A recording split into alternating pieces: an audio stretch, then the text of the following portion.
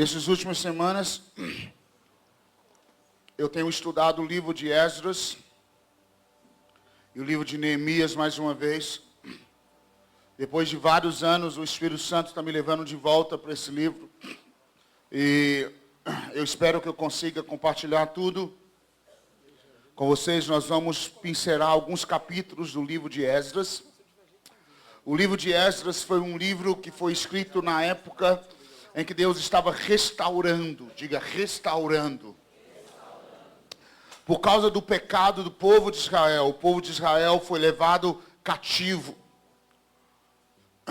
Mas a graça do Senhor, depois de alguns anos, o Senhor começou a mover e o Senhor começou a restaurar, e o Senhor começou a trazer de volta, e o Senhor começou a devolver tudo aquilo que o povo de Israel, o povo de Jerusalém, eles haviam perdido. Inclusive a liberdade, o Senhor começou a trazê-los de volta. E o livro de Esdras é um contexto mais ou menos assim. E nós vamos falar sobre algumas coisas. Nós vamos falar algumas partes sobre isso. E se você está com o seu computador fora do MSN, pode anotar tudo, né? O seu iTouch também não pode brincar no MSN, no iTouch. Amém? Jesus, Tu és santo. A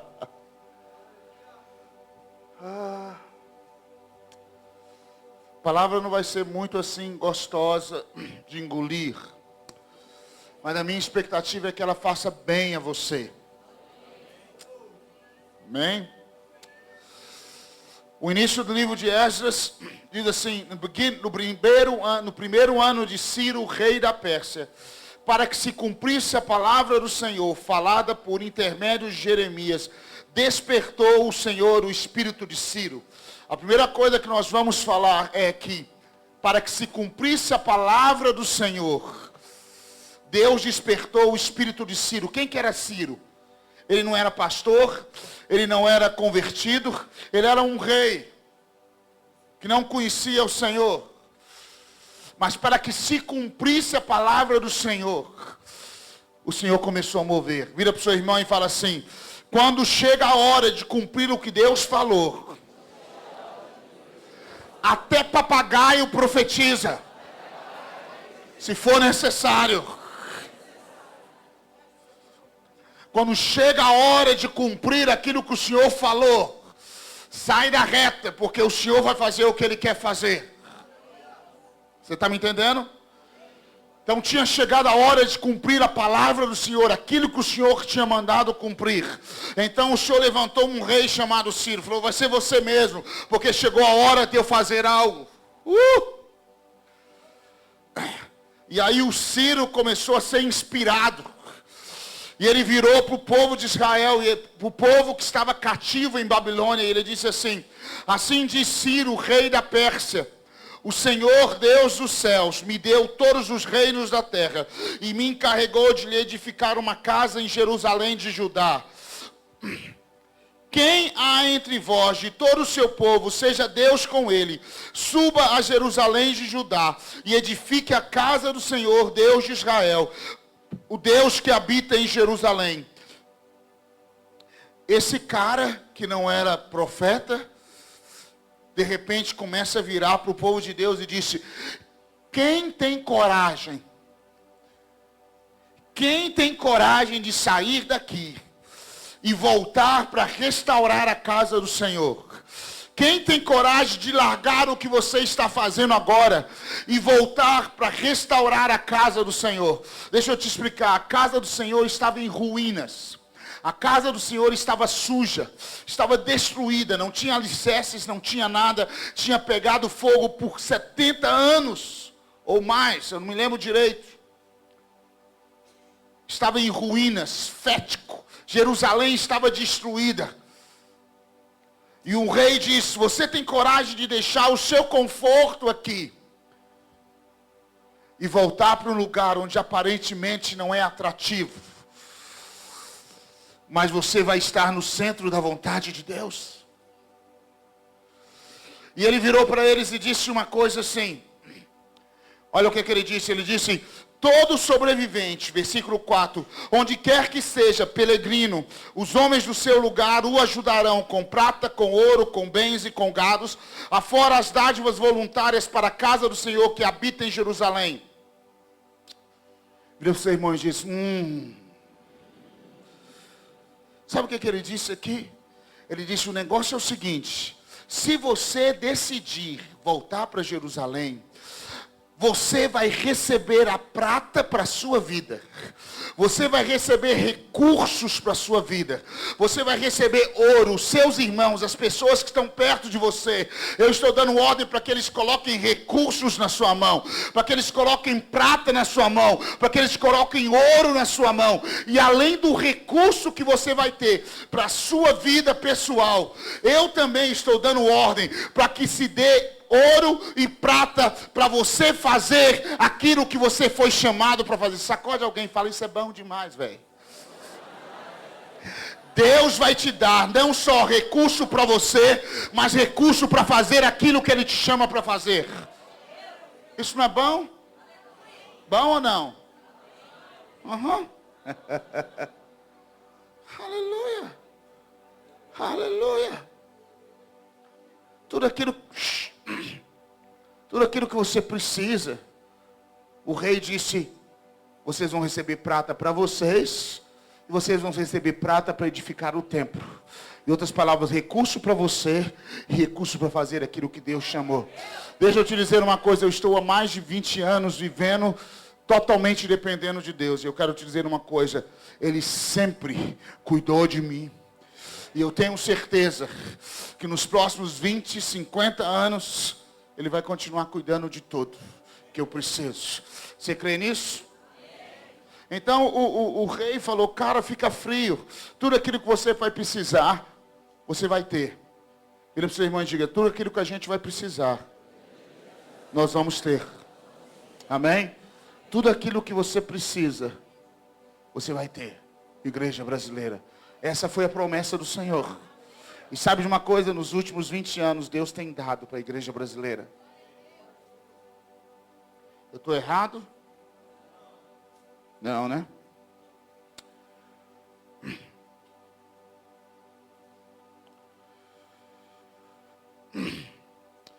Versículo mais à frente, ele também disse assim: então se levantaram os cabeças das famílias de Judá, Benjamim, os sacerdotes e os levitas, com todos aqueles cujo Espírito de Deus despertou para subirem a edificar a casa do Senhor, a qual está em Jerusalém. Todos os seus vizinhos os ajudaram com utensílios de prata, com ouro, com bens, com gado e com coisas preciosas. Afora, em outras palavras, além de tudo que voluntariamente se deu, todos os recursos. Versículo 8, Ciro, rei da Pérsia, ao versículo 7, além disso, tirou o rei Ciro os utensílios da casa do Senhor, os quais Nabucodonosor tinha trazido de Jerusalém e posto na casa de seu Deus. Ciro, rei da Pérsia, tirou-os por intermédio de Mitredade, o tesoureiro que os entregou, contados a Zerbajá, príncipe de Judá. O primeiro capítulo é fascinante. Ele não só libera recursos, mas ele também vai lá e pega tudo aquilo que Nabucodonosor havia roubado. E ele fala: devolve tudo para a casa do Senhor. Tudo que foi roubado, tudo que foi saqueado. Os dons, o mover, a liberdade, ou o vinho novo, a alegria, o óleo fresco. Tudo aquilo que foi trazido do templo, da casa do Senhor, todos os utensílios que Nabucodonosor tomou. Agora o rei fala: devolve tudo, absolutamente tudo. Vira para o seu irmão e diz: todos os dons que foram saqueados da igreja, todos os ministérios que são utensílios na casa do Senhor, serão restaurados, serão restaurados, serão restaurados, serão restaurados. Sabe, isso é o que Deus está fazendo nos últimos dias na igreja. Ele está restaurando, nos últimos dias, Ele está restaurando o ministério profético, evangelístico, apostólico, adoração. Ele está restaurando aquilo que foi roubado da igreja nos últimos 100 anos. O Senhor tem restaurado essas coisas.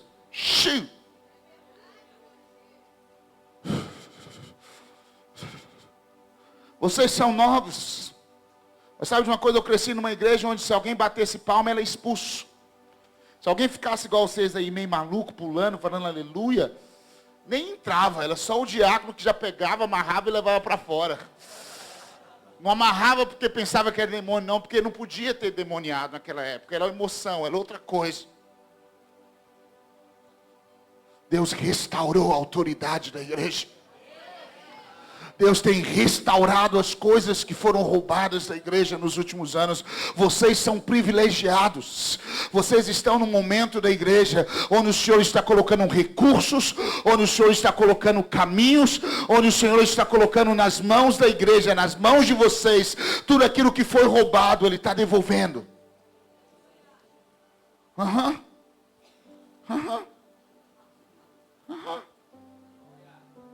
Diga, isso são boas novas.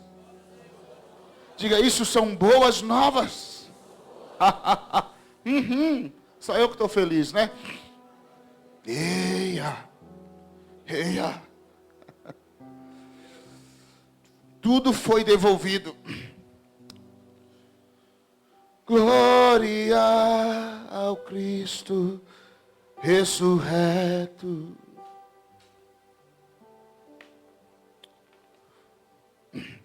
Então no capítulo 1 foi fascinante. Eu acho que nós vivemos o capítulo 1, estamos vivendo um pouquinho dele nos últimos anos. E aí entrou o capítulo 2, que é o capítulo que eu acho que nós estamos agora, passando para o capítulo 3. Isso aqui é Judson, é o que eu penso, talvez é maluquice na minha cabeça. Mas no capítulo 2 entrou a lista dos que voltaram. Voltou o João, o Tião, o Chico, a Maria, o Zé lá da onde você é? O Zé lá de Brasília, o Tião lá não sei de onde. Você é da onde? Carpina.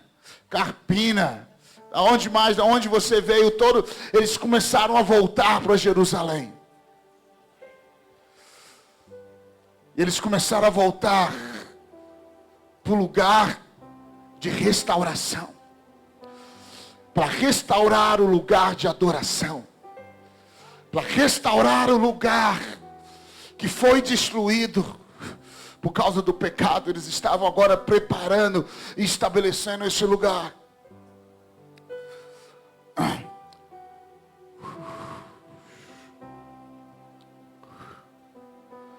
No versículo 61 do capítulo 2, diz assim: e dos filhos dos sacerdotes, os filhos de Abaías, os filhos de Acós, os filhos de Barzilai, que tomou mulher das filhas de Barzilai, o Geliadita, e foi chamado por esse nome. Esses buscaram os registros de suas famílias, mas não puderam encontrá-los, pelo que foram excluídos do sacerdócio como imundos.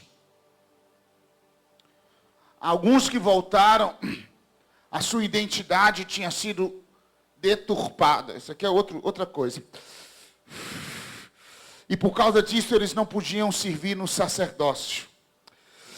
E então, versículo 63, olha o que diz. Ordenou-lhes o governador que não comessem das coisas santíssimas, até que se levantasse um sacerdote com Urim e Tumim.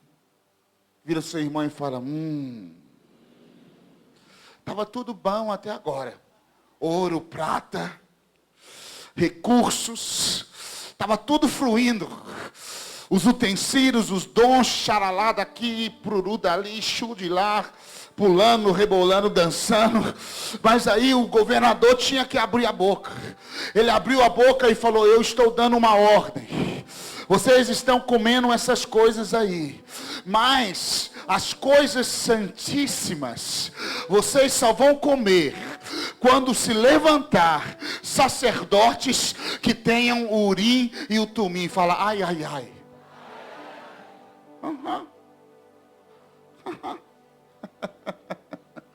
Essa é a primeira parte da palavra.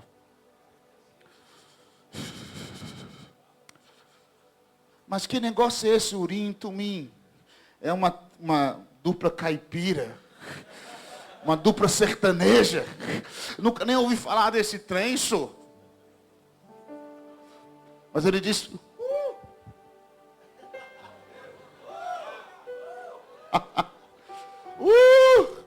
espero que eu vou conseguir terminar hoje. Eu espero, vamos lá.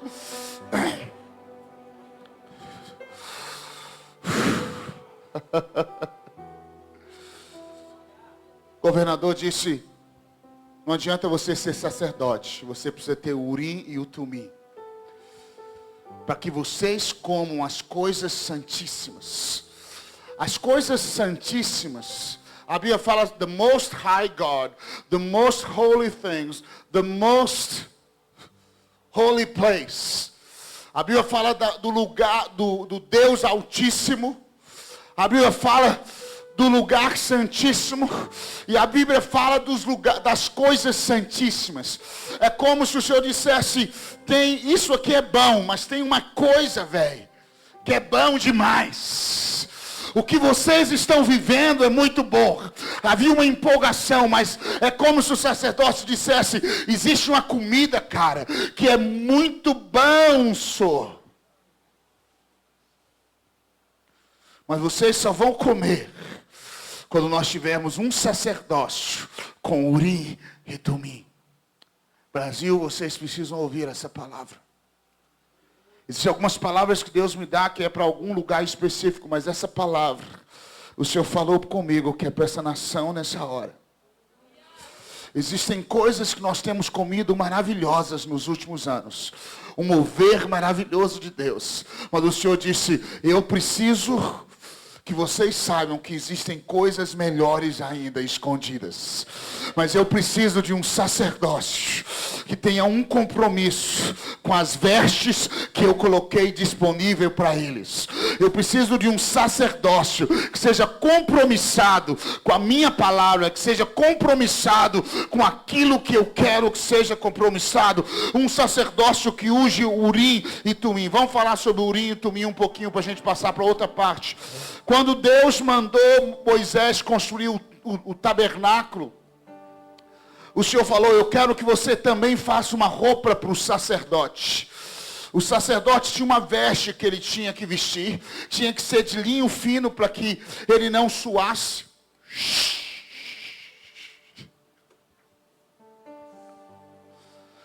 Ah, como eu amo esse Jesus. Meu Pai. Como eu amo esse Jesus. No ombro do sacerdote, o Senhor mandou colocar uma pedra de um lado e uma pedra do outro. Em uma pedra ele mandou cravar o nome das 6 tribos. Na outra pedra, do outro lado, estava escrito o nome das outras 6 tribos. No peito do sacerdote, o Senhor mandou colocar 12 pedras que simbolizavam as tribos de Israel. Quando você olhava para o sacerdote, você não via uma tribo, você não via uma preferência, mas quando você olhava para o sacerdote, você via que o cara estava impregnado com todas as tribos. O sacerdote é um apregoador da unidade. O sacerdote.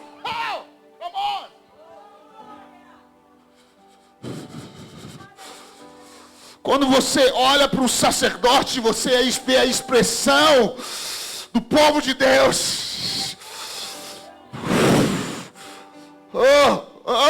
Yeshua. Vocês estão me entendendo? E os sacerdotes tinham que carregar a arca da aliança nos seus ombros. Interessante que a arca da aliança ficava no ombro do sacerdote entre o nome das tribos. E no peito do sacerdote.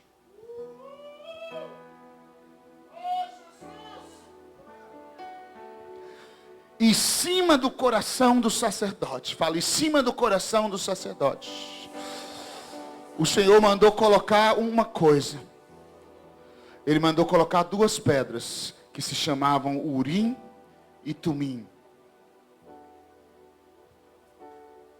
E essas 2 pedras, uma significa luz, light, e a outra significa perfeição.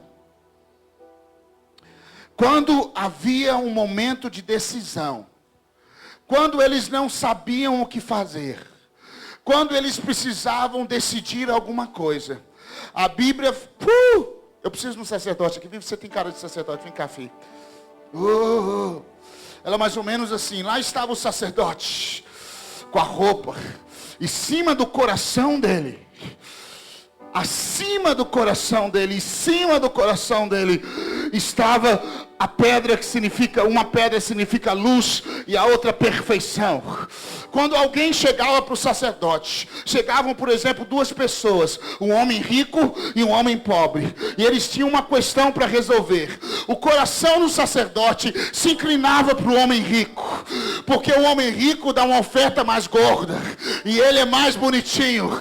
Então o coração dele se inclinava para decidir em favor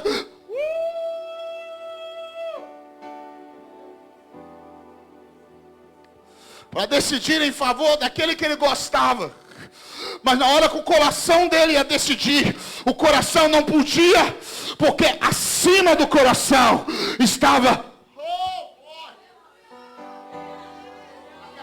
aquelas duas pedras.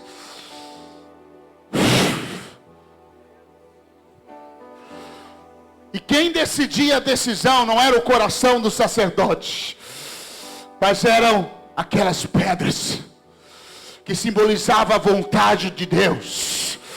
Alguns teólogos acham que uma das pedras brilhava. Outros estudiosos acham que eles colocavam ela e lançavam sorte para saber se ia para a direita ou se ia para a esquerda. Mas o importante é que aquelas pedras simbolizavam o seguinte: não é o coração do sacerdote que decide, mas é a vontade de Deus que está acima do coração dele. Não é o que eu gosto que vale a pena, não é o que eu quero que eu vou decidir, mas é a vontade de Deus que está acima do meu coração. Come on!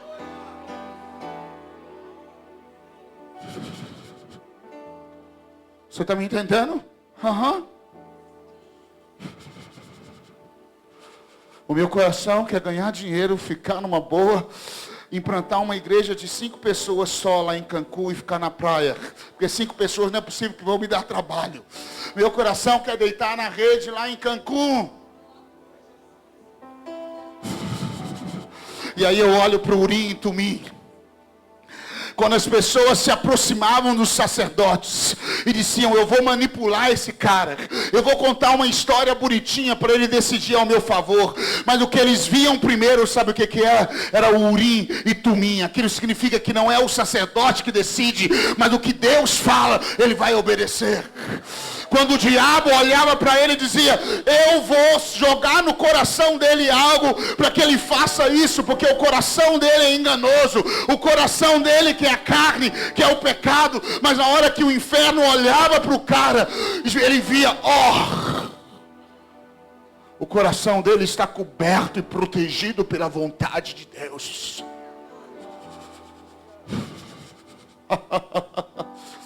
Isso faz sentido para você? Essa noite Deus quer liberar uma unção sacerdotal nesse lugar.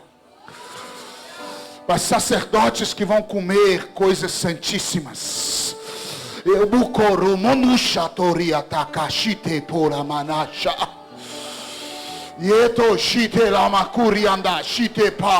In the next few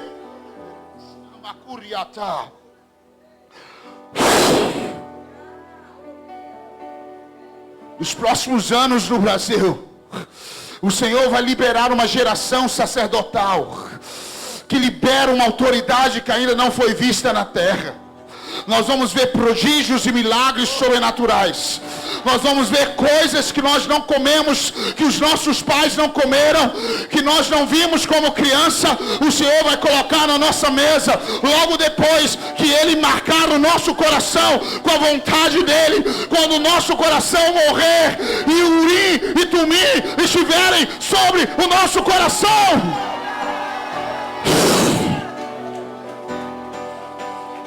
Eia! Chicatarabash. Oia! Oia! Oia! Oia! Oia! Olha. Olha. Olha. Senhor, eu pensei que a prata era o mais importante, Senhor. O Senhor já nos deu. O Senhor está prosperando o Brasil. O Senhor fala, Judson, ainda existem coisas santíssimas. E essas coisas santíssimas serão comidas. Sabe quando Deus estava restaurando? Quando Deus deu a planta para Ezequiel de restaurar o templo da glória. O Senhor mandou construir um quarto especial para comer as coisas santíssimas. Porque aquelas coisas são fenomenais. Eu não sei você, mas eu não quero o avivamento de meia boca. Eu quero o que Deus tem para mim, cara.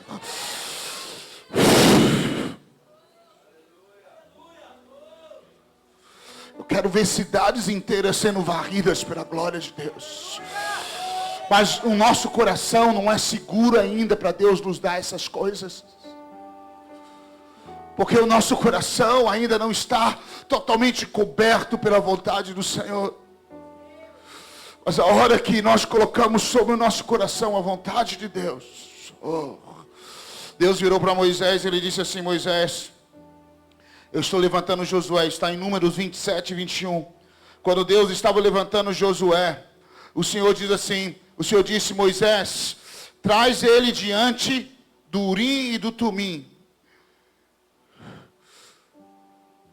E o povo vai para frente, de acordo com aquilo que Urim e Tumim decidir. Sabe o que o Senhor estava dizendo? Vocês vão para frente e vocês vão possuir o que eu chamei vocês para possuir. Se vocês vierem diante da minha vontade, deixa eu decidir a hora, deixa eu decidir o lugar, deixa eu escrever os seus sonhos, deixa eu escrever o seu futuro, deixa eu falar com você a hora que você deve correr, a hora que você deve ir para as nações, a hora que você deve ficar calado, a hora que você deve correr, a hora que você deve gritar. Ouça a minha vontade.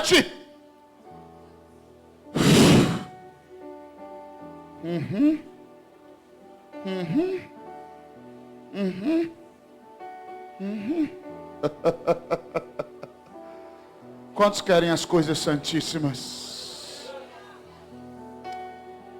Eu quero, cara. Quando eu leio e quando eu ouço sobre esses avivamentos que eu falei com você hoje de manhã em Barvas, onde uma danceteria inteira, os jovens saem correndo sem ninguém pregar para eles. Um dia, nesse mesmo avivamento, o pastor chega e fica sabendo que tem 700 pessoas do lado de fora da igreja esperando para entrar. Não tinha culto marcado, não tinha reunião marcada, ninguém avisou ninguém. 700 pessoas simplesmente foram conduzidas para lá com fome e com sede de Deus. E quando eles chegaram lá, a igreja já estava lotada. Porque muito mais pessoas vieram, ninguém avisou. Não era dia de culto, não tinha ninguém anunciado, não tinha nada liberado para fazer. Eles começavam as reuniões, terminavam 6 horas da manhã. Essas são coisas maravilhosas que o Senhor tem reservado para nós. Mas sabe, o nosso coração é enganoso. O Senhor coloca uma gota nas nossas mãos e nós queremos negociar com ela. O Senhor coloca um pouquinho nas nossas mãos e nós queremos colocar os nossos nomes nas estrelas. O Senhor coloca um pouquinho de canções proféticas e adoração nas nossas mãos e nós já queremos ser o bonitão da balachita, o cara que comanda tudo, o cara que é o chefe. O Senhor diz, eu vou guardar as coisas santíssimas para um outro sacerdócio que eu estou levantando no Brasil. Meninos e meninas que dizem para o seu coração, não é você que decide, mas é o Senhor que decide o meu futuro. Não é o que você quer que eu vou fazer. Meu coração, você quer prostituir, você quer ser bajulado, você quer isso, mas em cima de você está a vontade do Senhor.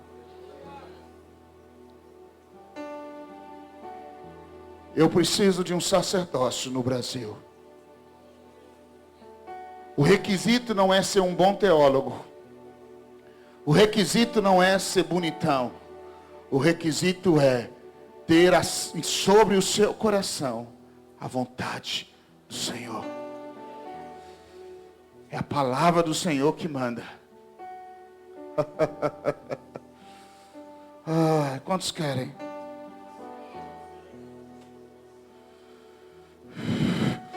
Em Deuteronômio 38, versículo 8, quando Moisés estava abençoando o povo de Israel, ele orou pela tribo de Levi, a tribo dos sacerdotes. Ele não pediu para eles dinheiro, ele não pediu para eles prosperidade, ele não pediu para eles 3 esposas ou num harém, ou não pediu para eles que eles fossem os caras mais reconhecidos do planeta, mas ele falou: Senhor, dê para eles o Urim e o Tumim. Sabe, se eu for orar para vocês hoje à noite, eu não vou orar para que Deus te encha com prata, porque isso Ele já falou que vai te dar. Eu não vou orar para que Deus faça você o cara mais famoso do Brasil, mas vou orar para que Deus dê para você o Urim e o Tumim. Eu vou orar para que Deus dê para você a vontade dEle, para que Deus coloque sobre o seu coração a vontade dEle. Você está entendendo?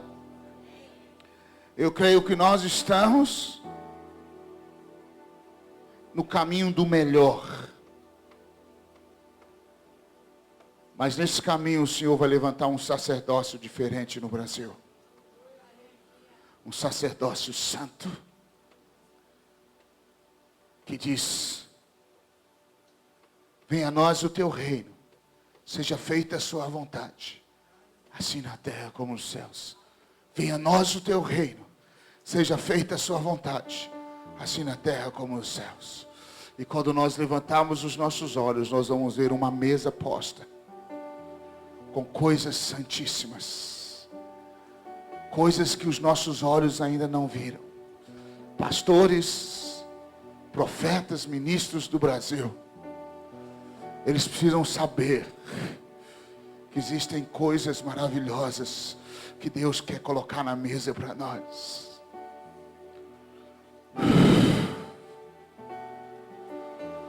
Eu não sei vocês, mas eu não estou satisfeito. O que está na mesa é gostoso, é bom, mas se me falaram que tem uma coisa mais gostosa ainda, eu quero provar. Então minha oração: Senhor, coloca sobre o meu coração o teu coração. Diga: Senhor, coloca sobre o meu coração o teu coração. Coloca sobre a minha vontade a sua vontade. Aleluia. Aleluia. Aleluia. Aleluia. Aleluia. Levanta suas mãos e adora o Senhor por um segundo. Diga a Ele que você o ama. Diga a Ele que você o ama. Diga a Ele que você o ama. Diga a Ele que você o ama. Diga a Ele que você o ama. Diga a Ele que você o ama. Oh. Oh.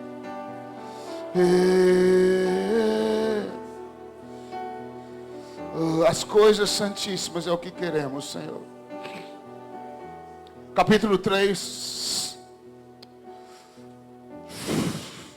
Este capítulo é muito importante no processo de restauração na casa do Senhor. O segundo capítulo fala sobre levantando um sacerdócio que a vontade do Senhor prevalecia. No primeiro capítulo fala sobre o chamado. Muitos são chamados e muitos voltam. Mas quando eles voltam, o Senhor purifica e levanta uma geração de sacerdotes. Sabe, nos últimos anos houve um mover no Brasil, onde nós reunimos multidões e multidões de jovens, berrando e gritando. Mas parece que o Senhor está peneirando isso. Alguns vieram, mas falaram: eu não estou afim de pôr a vontade do Senhor acima do meu coração. Agora nós estamos no capítulo 2, onde o Senhor diz: eu quero separar um sacerdócio. E aí nós entramos no capítulo 3. Diga: capítulo 3. É uma terceira fase da restauração. Este capítulo é muito importante.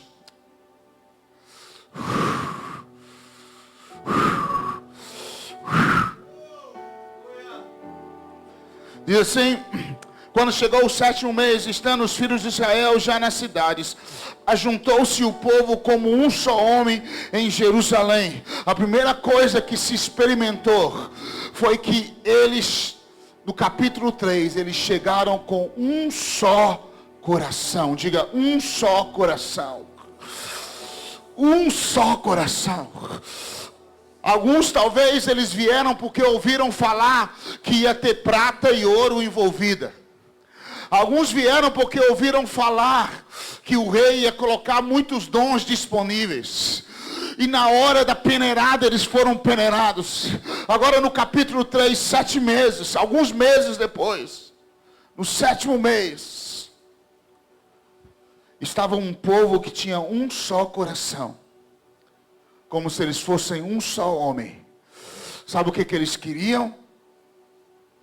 Que a casa do Senhor fosse restaurada.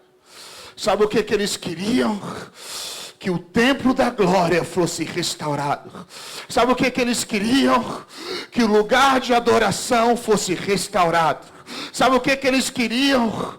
Que o lugar onde a glória de Deus um dia foi manifestada fosse preparado de novo e estivesse disponível para que a glória de Deus viesse de novo.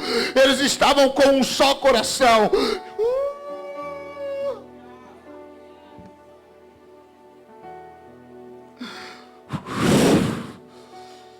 Ai, Achuca. I believe, eu creio que Deus está levantando vocês no Brasil. E nós vamos chegar num ponto onde nós não vamos ter ministros de louvor com agendas escondidas. Nós não vamos ter líderes com agenda escondida, onde eles vêm para as marchas para Jesus, ou para as conferências públicas, com agendas escondidas no bolso. Eles querem se dar bem, eles querem que a igreja dele apareça. Mas eu creio que Deus está levantando um sacerdócio no Brasil, homens e meninos no Brasil, que eles saem na rua sim, mas o único propósito que eles têm é que a glória de Deus venha, é que a presença de Deus venha, é que o óleo de Deus enche a terra, é que a glória de Deus varra as nações. Oh, yes, God. Yokatu repatushna. Hamuriketoshna miotushne pa. Ieto ya. Yashukoroto shneba. Oh, eu não vou perder a esperança.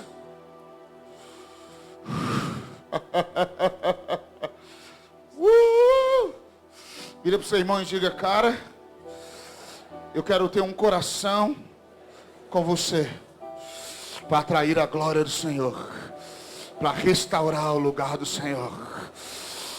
E a primeira coisa que eles restauraram não foi o ministério de adoração. A primeira coisa que eles restauraram foi o altar que fora destruído e que estava em ruínas. Diz versículo 3 e versículo 4. Apesar do terror que estava sobre eles, por causa dos povos, eles estavam com medo. Havia uma pressão, a coisa era difícil, as circunstâncias eram adversas, os problemas eram muitos, era muita dificuldade. Mas apesar do terror que eles tinham, eles tomaram uma decisão. Eles falaram: vamos firmar o altar, vamos apresentar sacrifício, vamos apresentar holocaustos ao Senhor, não só uma vez por dia, mas de manhã e de tarde, não importa. Olha bem para mim, eu quero falar olhando para os olhos de vocês. Não importa o preço, Deus está procurando uma geração que diz: não importam as circunstâncias, eu vou edificar um lugar de sacrifício e de adoração para o Senhor. Não importa as circunstâncias, eu não vou desistir, eu não vou parar. Não importa o terror que está lá fora, eu sei que Deus me chamou para essa hora. Eu sei que eu não sou um acidente da história, mas Deus me chamou para marcar a minha geração. Você está me entendendo?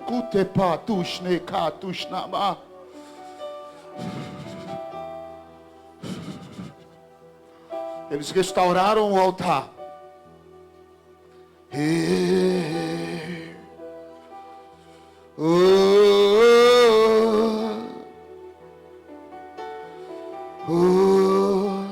Eles começaram a apresentar sacrifício. Não tinha templo, não tinha nada, mas eles começaram a vir e adorar. Não tinha glória, eles não viam anjos, mas eles começaram a sacrificar. Eles não tinham sinal de nada, mas eles começaram a apresentar sacrifício. Eu quero te aconselhar uma coisa. Não espere um sinal vir para que você se apresente. Continua adorando. Continua fazendo o que Deus te chama para fazer. Continua entregando a sua vida. Continua se rendendo ao Senhor.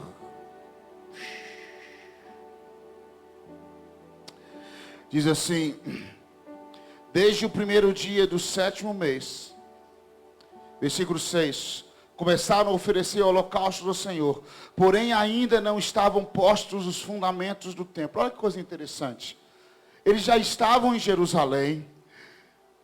O Senhor já estava levantando um sacerdócio com Urim e Tumim. Mas os alicerces da casa do Senhor ainda nem estavam prontas. Os alicerces não tinham sido lançados. Apesar dos fundamentos não estarem lançados, eles tomaram uma decisão. Eles falaram: vamos celebrar a festa do tabernáculo. Eu não vou falar sobre isso, vamos correr para frente. Eles falaram, e eles celebraram a festa dos tabernáculos. A festa do tabernáculo fala sobre tabernacular, sobre o Senhor vir estar conosco. A festa do tabernáculo fala sobre preparando para aquilo que vem. E eles não tinham templo, não tinham nada, mas eles falaram: nós vamos celebrar a festa do Senhor. E eles celebraram a festa do tabernáculo. Versículo 7. Então deram dinheiro aos pedreiros e aos carpinteiros, como também comida e bebida, e azeite aos sidônios e aos tiros, para trazerem do Líbano madeira de cedro, do mar, do Jope, segundo a permissão que lhes tinha dado Ciro, rei da Pérsia. No 2º ano da sua vinda à casa de Deus em Jerusalém, no 2º mês, Zorobabel, filho de Zealdiel, Jesua, filho de Josadaque, e os outros seus irmãos, os sacerdotes e os levitas, e todos os que vieram do exílio a Jerusalém, iniciaram a obra e constituíram os levitas da idade de 20 anos para cima, para superintenderem a obra da casa do Senhor. Levantaram-se Jesua com seus filhos, e os seus irmãos, Cadmiel, seus filhos, filhos de Judá, como também os filhos de Enadade. Passaram 2 anos. Eles pegaram meninos de 20 anos para cima. Quem tem 20 anos aqui para cima?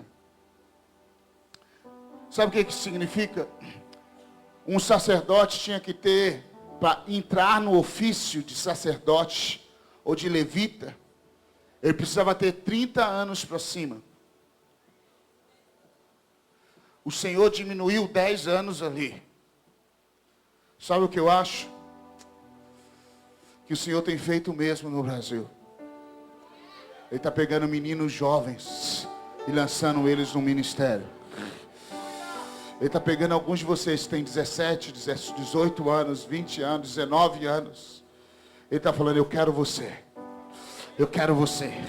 Eu quero você. Mas para quê, Senhor? Para superintender. A palavra superintender fala de overseer. Alguém que tem autoridade para ver e ter visão da obra, e prestar atenção que nada vai errado. Em outras palavras, Deus vai derramar unção sobre jovens, e essa unção se chama discernimento espiritual sobre o reino de Deus, sobre a justiça, sobre aquilo que Deus tem para fazer na nação. Meninos de 19 anos vão ter revelação de homens que estão no ministério há 15, 20 anos, há 30 anos. Eles vão receber graça de Deus para fluir em um tempo novo, em um tempo maravilhoso de Deus. Você entende isso? Uhum. Depois de 2 anos, eles começaram a trabalhar nisso. Eles começaram então a construir. Eles começaram a tirar sujeira e começaram a trabalhar. E pegaram meninos para fazer isso.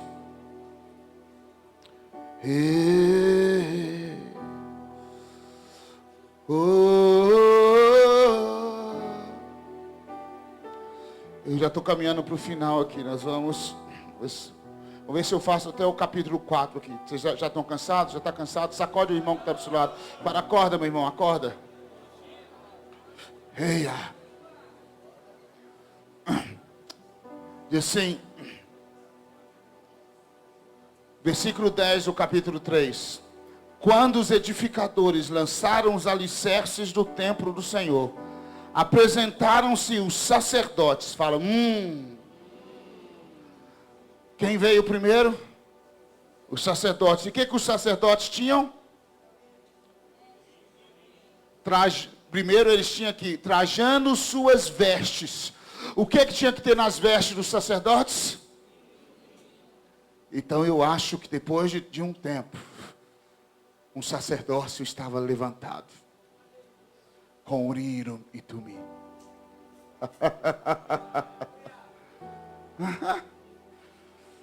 E que mais que os sacerdotes tinham? Com as suas vestes, né? Com as 12 tribos e tudo mais. Toda a veste do jeito que tinha que ser. E com trombetas. Vira para o seu irmão e diga,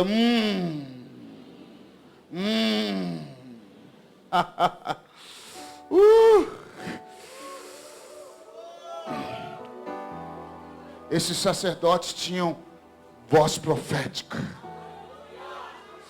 Esses sacerdotes eram proclamadores.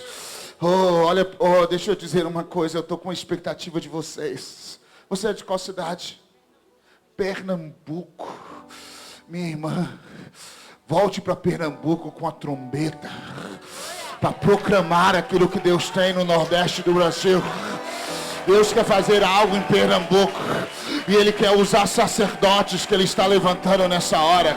Para lançar os fundamentos da casa dEle naquele lugar. Para liberar naquele lugar o som de Deus. Sacerdotes que trazem a vontade de Deus. Que vestem da vontade de Deus. E na sua boca tem a trombeta para proclamar.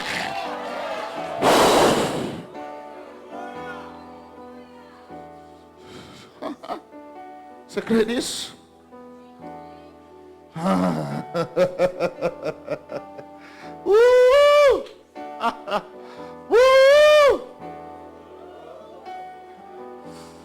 Jesus, Cordeiro de Deus, se fez carne e habitou entre nós, e vimos sua glória, como a glória do Pai, e vimos sua glória, como Filho de Deus. Jesus, o Verbo se fez carne e habitou entre nós. O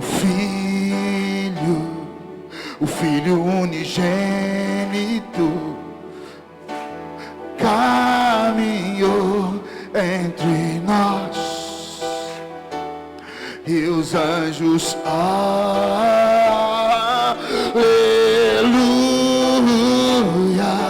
cantam aleluia.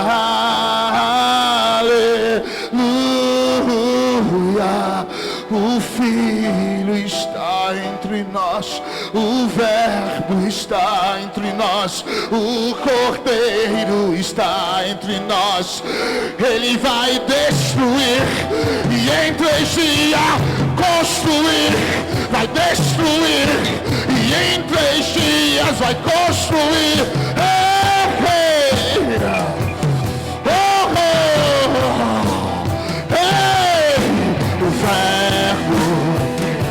O Verbo se fez carne e habitou entre nós.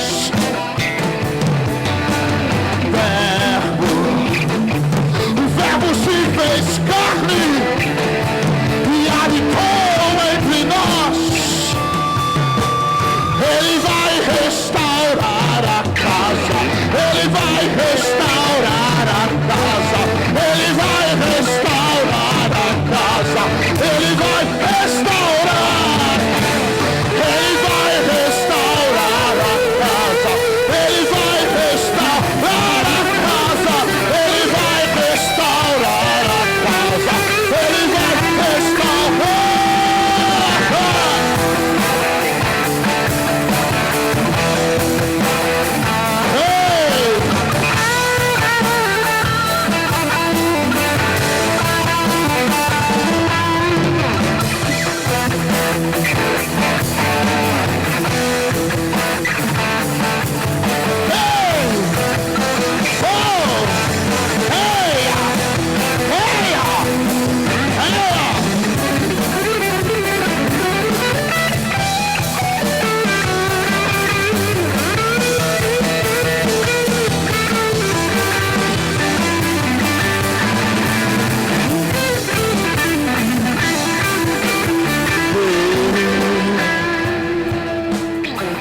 Pode sentar.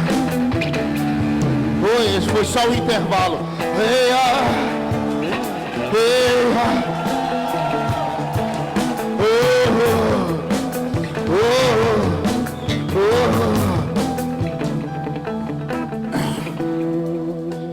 E então, os sacerdotes trajando suas vestes com trombetas, e os levitas, filhos de Asaf, com símbolos para louvarem ao Senhor, conforme a ordem de Davi, rei de Israel. Quando os fundamentos são lançados, ministérios de louvor são liberados. Vira para o seu irmão e diz: Por isso que a gente começou a cantar, né? Eu acho que isso é profético.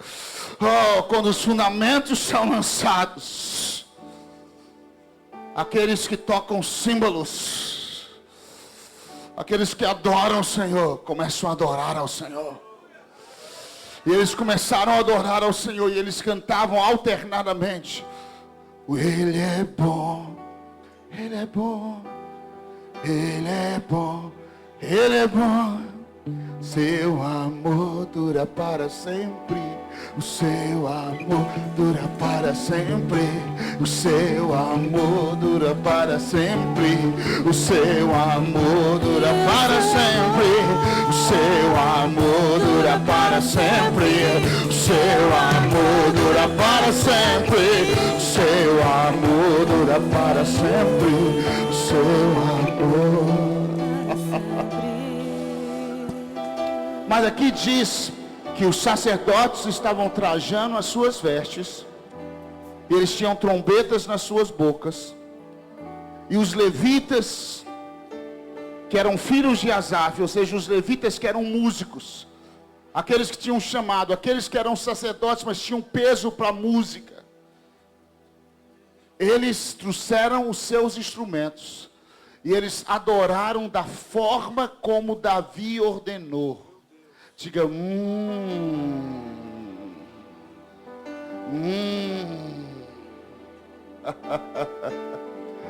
Em 1 Crônicas, capítulo 16, versículo 4. Eia. Eia.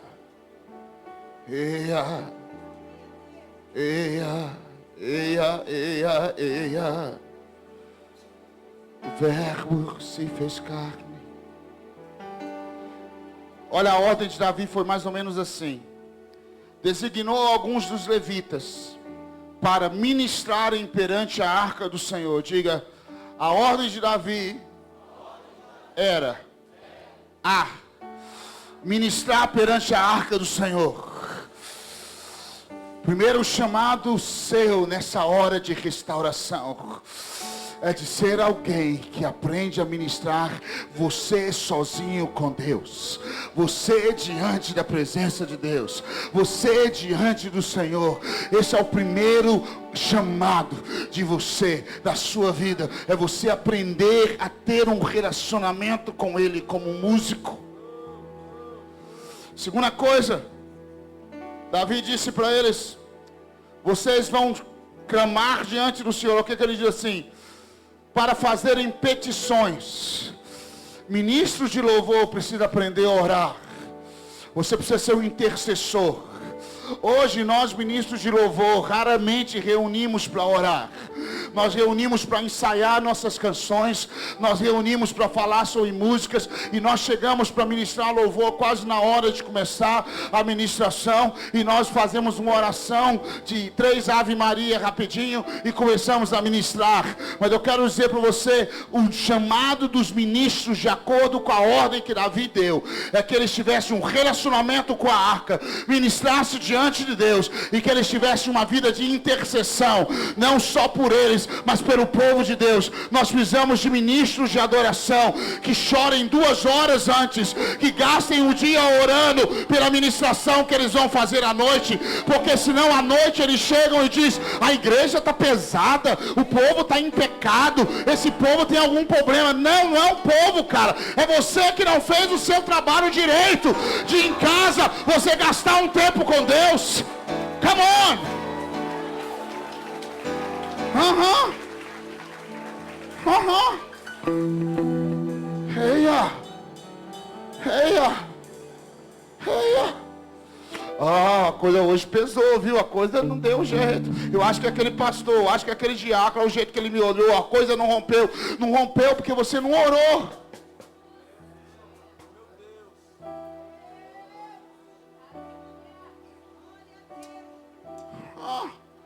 Eu pensei que o chamado de músico era só cantar e tocar e falar aleluia.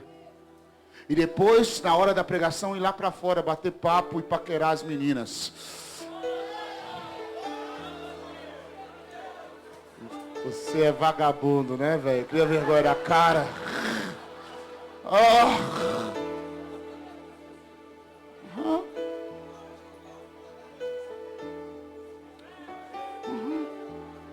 Tem músico que sobe na plataforma e fica flertando com as meninas lá de cima. Cria vergonha na cara.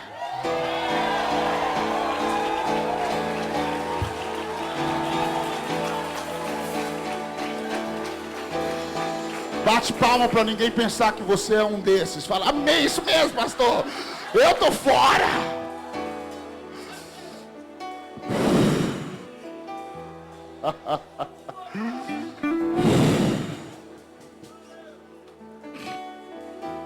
Jesus, o verbo se fez carne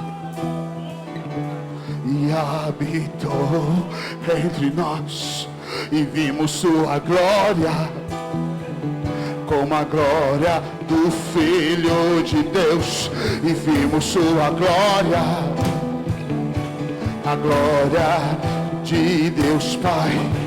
O verbo se fez carne e habitou entre nós. Ele mesmo vai restaurar, Ele mesmo vai edificar, Ele mesmo vai derrubar e em 3 dias edificar a sua casa. A sua casa. Ei, a sua casa. Come on. A sua casa. Eia. Eu acho que eu vou ficar só no capítulo 3.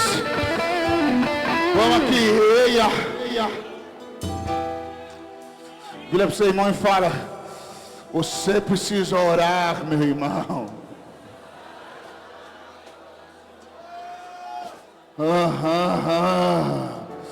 Deixa eu dizer uma coisa, se você começar a acordar, estou falando isso aqui para mim também.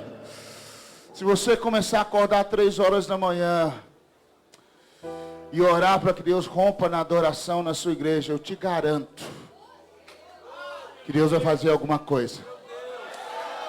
Aquele diácono que olha para você com aquela cara feia, ele vai estar tremendo no chão, cheio da glória de Deus.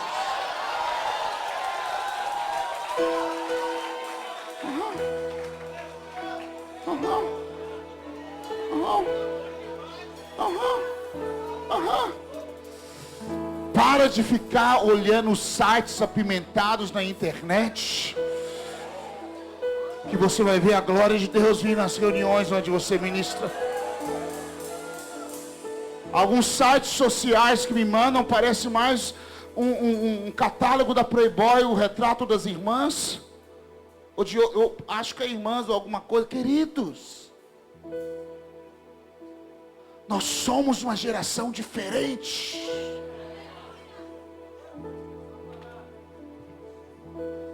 Nós não usamos a internet para ficar paquerando e procurando meninas ou meninos. Nós usamos para pregar o evangelho, porque nós vamos usar todos os métodos que o Senhor nos deu. Quem vai te dar um esposo santo, uma esposa santa, um cara fera, ou uma mulher santa, bonita e linda? É Deus, cara. Deus precisa levantar um ministério de adoração diferente no Brasil. Reia. Reia.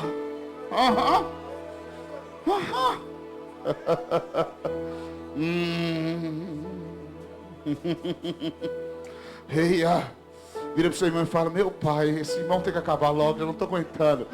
Eia!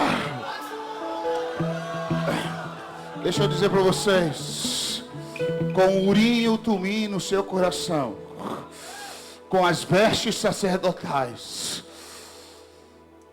com ministros de adoração que permanecem diante da arca e que têm uma vida de intercessão, quando eles começam a cantar, ya, ya, ya, ya, ya, diz aqui que eles começaram a louvar. E olha o que aconteceu quando esses caras começaram a louvar. Oh, oh. Cantavam alternadamente, louvando e rendendo graças ao Senhor. Ele é bom, o seu amor dura para sempre. Davi falou com eles: vocês vão ficar diante do Senhor, vocês vão interceder e vocês vão cantar. Eles estavam fazendo exatamente o que Davi. Eles começaram a adorar.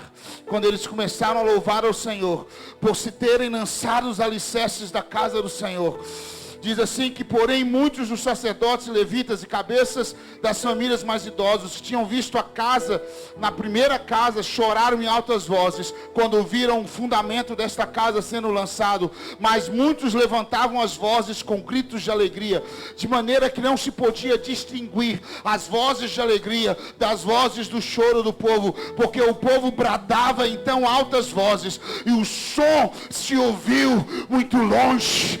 I am waiting. Eu estou esperando para um mover no Brasil, onde o som vai ouvir na África, onde o som vai ouvir na Ásia, onde o som vai ouvir do outro lado do mundo, cara.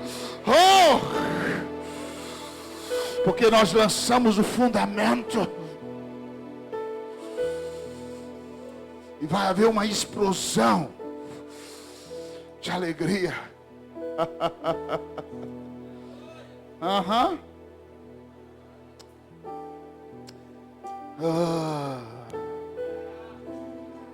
Você foi separado para essa hora. O Senhor olhou para você e suspirou, dizendo: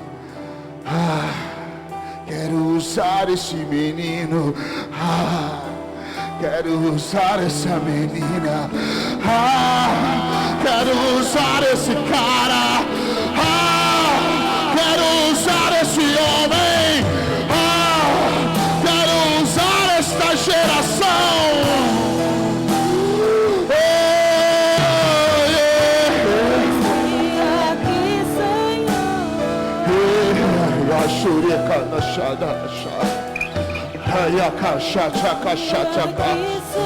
Em Zacarias diz assim, que Satanás estava diante de Zorobabel, diante de Josué.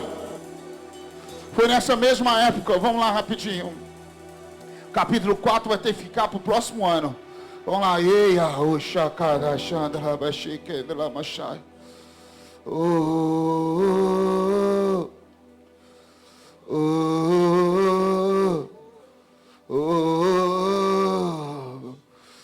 Sim, Senhor. Capítulo 3, então ele me mostrou o sumo sacerdote Josué. Foi nessa mesma época, na época da restauração, o qual estava diante do anjo do Senhor, e Satanás estava à sua mão direita para se lhe opor. O Senhor disse a Satanás: o Senhor te repreende, ó Satanás. O Senhor que escolheu a Jerusalém te repreende. Diga: o Senhor vai repreender Satanás.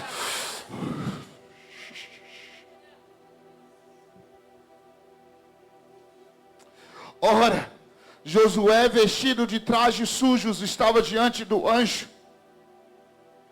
Então, falando este, ordenou ao que estavam diante dele: tirai-lhe estes trajes sujos. E a Josué disse: quero dizer isso para vocês essa noite. O Espírito Santo está colocando no meu coração que essa noite Ele está dando ordem a respeito de alguns de vocês nesse lugar, onde Ele está dizendo: tira do meu filho, da minha filha, esses trajes sujos, Porque esses dias são dias de um novo começo na vida de você. Remove dele todo o opróbrio do passado. Não importa o pecado que você viveu o ano passado. Não importa quantas vezes você caiu o ano passado. Não importa o que aconteceu semana passada. Alguns de vocês, o inimigo está se lhe opondo, me acusando você.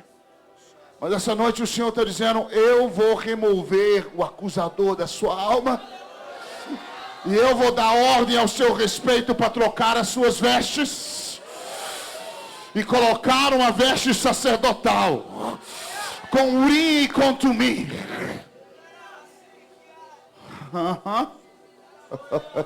Algo vai acontecer aqui. Daqui a alguns segundos. Daqui a alguns minutos. Eia, eia, eia, eia, eia, eia.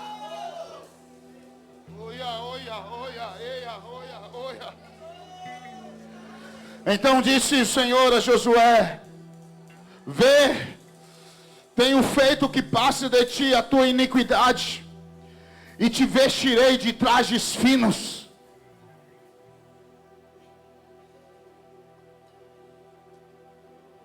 Então eu disse: ponham-lhe um turbante limpo sobre a cabeça. Puseram-lhe, pois, sobre a cabeça um turbante limpo, vestiram-no enquanto o anjo do Senhor estava ali.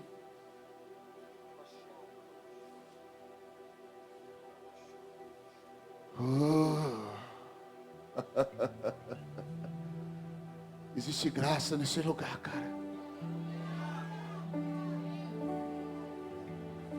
Existe perdão de Deus essa noite. Existe uma ordem dos céus dizendo: você não vai comer das coisas santíssimas até que se levante um sacerdócio com as vestes certas. Na mesma época, onde o Senhor levantou um profeta chamado Zacarias, esse profeta viu o Senhor dando uma ordem. Sabe quem vai marcar o nosso coração com urim e tumim? O Senhor vai trazer um milagre sobre a nossa geração. E Ele vai tirar as nossas vestes, onde reflete a nossa vontade. E Ele vai colocar as vestes santas, que falam sobre o sacerdócio, de linho fino. As verdadeiras vestes de um sacerdote é o Senhor que vai vestir você. Alguém tira isso aqui para mim, por favor.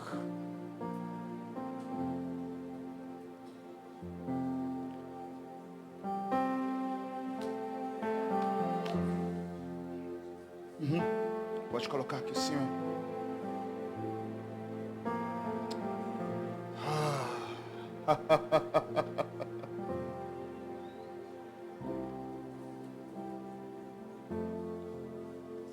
Ele vem com graça,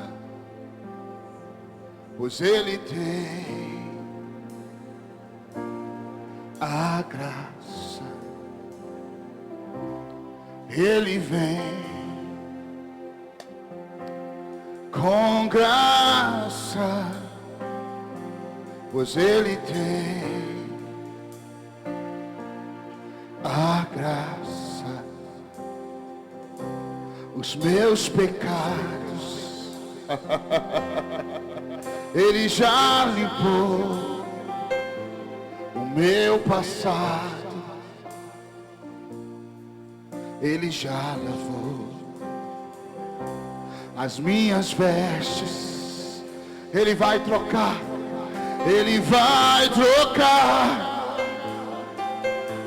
E eu me levantarei. Graça, graça, graça, Senhor. Eu profetizo graça, graça, graça, Senhor. O amor de Deus está sobre você.